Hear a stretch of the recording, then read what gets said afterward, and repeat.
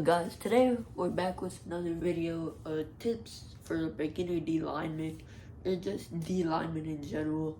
We're just trying to get better. Last season, I played weak side defensive end. I was pretty good. I was a starter on JV, and then I also got playtime on varsity. And I was pretty good. I'll show some of my clips on screen. But I'm gonna come show you some tips I've learned, because I'd say I'm pretty good for I'm here to give you all some tips and stuff I've learned over the past season, and help y'all out. But I might not play D-line next season because I'm pretty small for a D-lineman, but we'll see. I might not. But let's just get into these tips. First one is your stance. Now, there's a lot of different stances as a D-lineman. You got a 3-point, a 4-point, or if you're like a D-end or an edge rusher, you can even do stand-up. But let me show y'all what I like to do when I'm playing, when I'm playing inside, I guess. Occasionally in practice, I'll be allowed to be standing, but if I'm not allowed to stand, this is what I'll do, and this is what I've taught. I was taught, get on all fours, and on your hands and knees.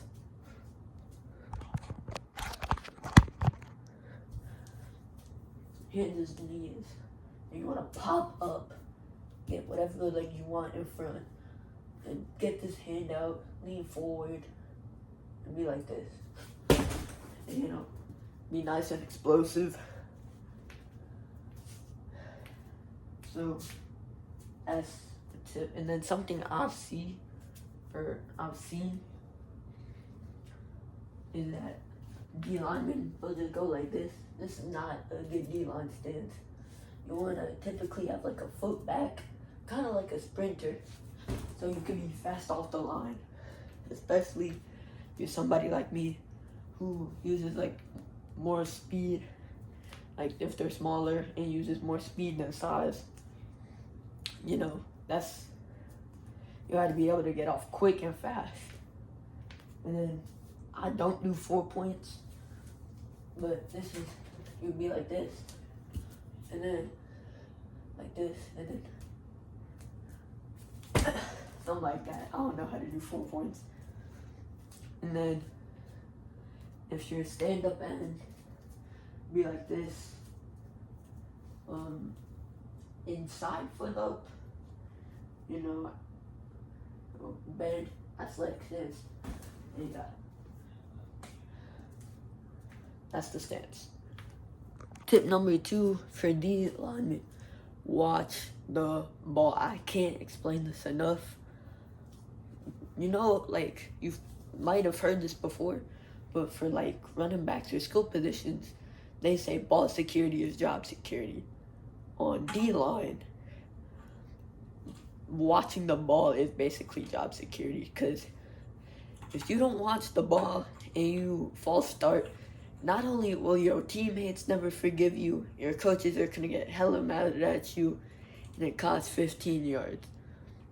Now, I've done it before, maybe once this whole season, and that's something I take, I do a lot. I've only jumped off sides maybe once this, all last season. But basically what I'll do is, I'll even use a ball. Let's say, got a ball. I want to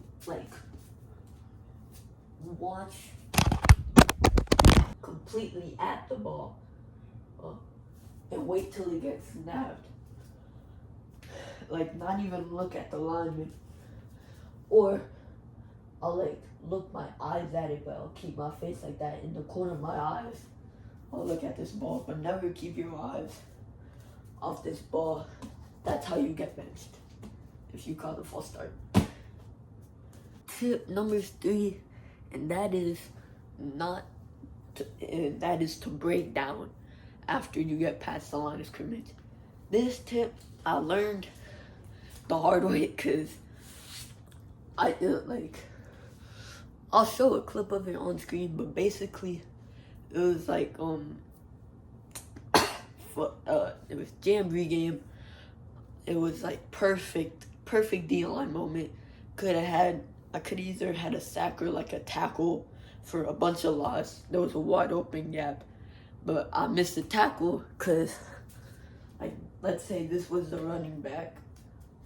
I overran him, or like I overran the gap and I got juked out, basically. Or not necessarily juked out, but I overran the play. What you gotta do is, or what I was told is, once you get past the line of scrimmage, you want to break down and then read where the defender is going, or not the defender, the offense, like the ball carrier is going, and then you want to attack. That's what you want to do just in general for tackling. You want to read wherever he's going. You want to break down, read wherever he's going, and then go that way. So yeah, I'll show an example of what not to do on the screen right now.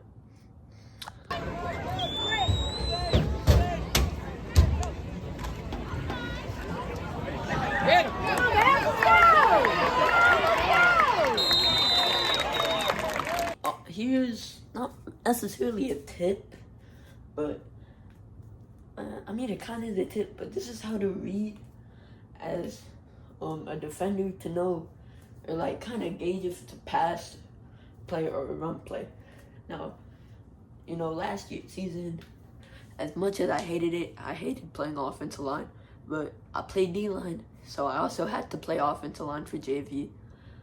Sucked at it, but even though I mainly played D-line, I also had to play O-line. And this is something I noticed, or not only did I watch, but I noticed. But typically in run plays, it'll be more lean, like forward, and more weight, so you can explode out. Oh, because on run plays, you want to drive the downfield. While during pass plays, you want to go back, because the offensive line can't pass the line of scrimmage. A way to read that, if it's a pass or if it's a run, just like look how much weight they're putting on their hand. I did this a lot and it helped. Unless you're going like against a really experienced offensive lineman, this should work.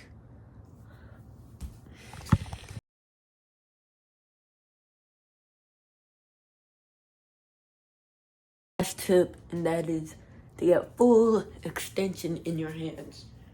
Like, I don't really know how to explain it, but basically, defensive line, I want to get my hands on his shoulder pads before the offensive lineman can get hands on me, because from here, then I could read, and then I could just swipe off. This is for like run or pass plays. This is kind of like what I meant when breaking down.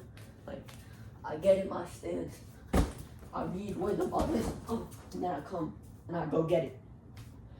I want to get full extension so they can't get hands on me. And if they can't get hands on me, there's not a lot of stuff they can do.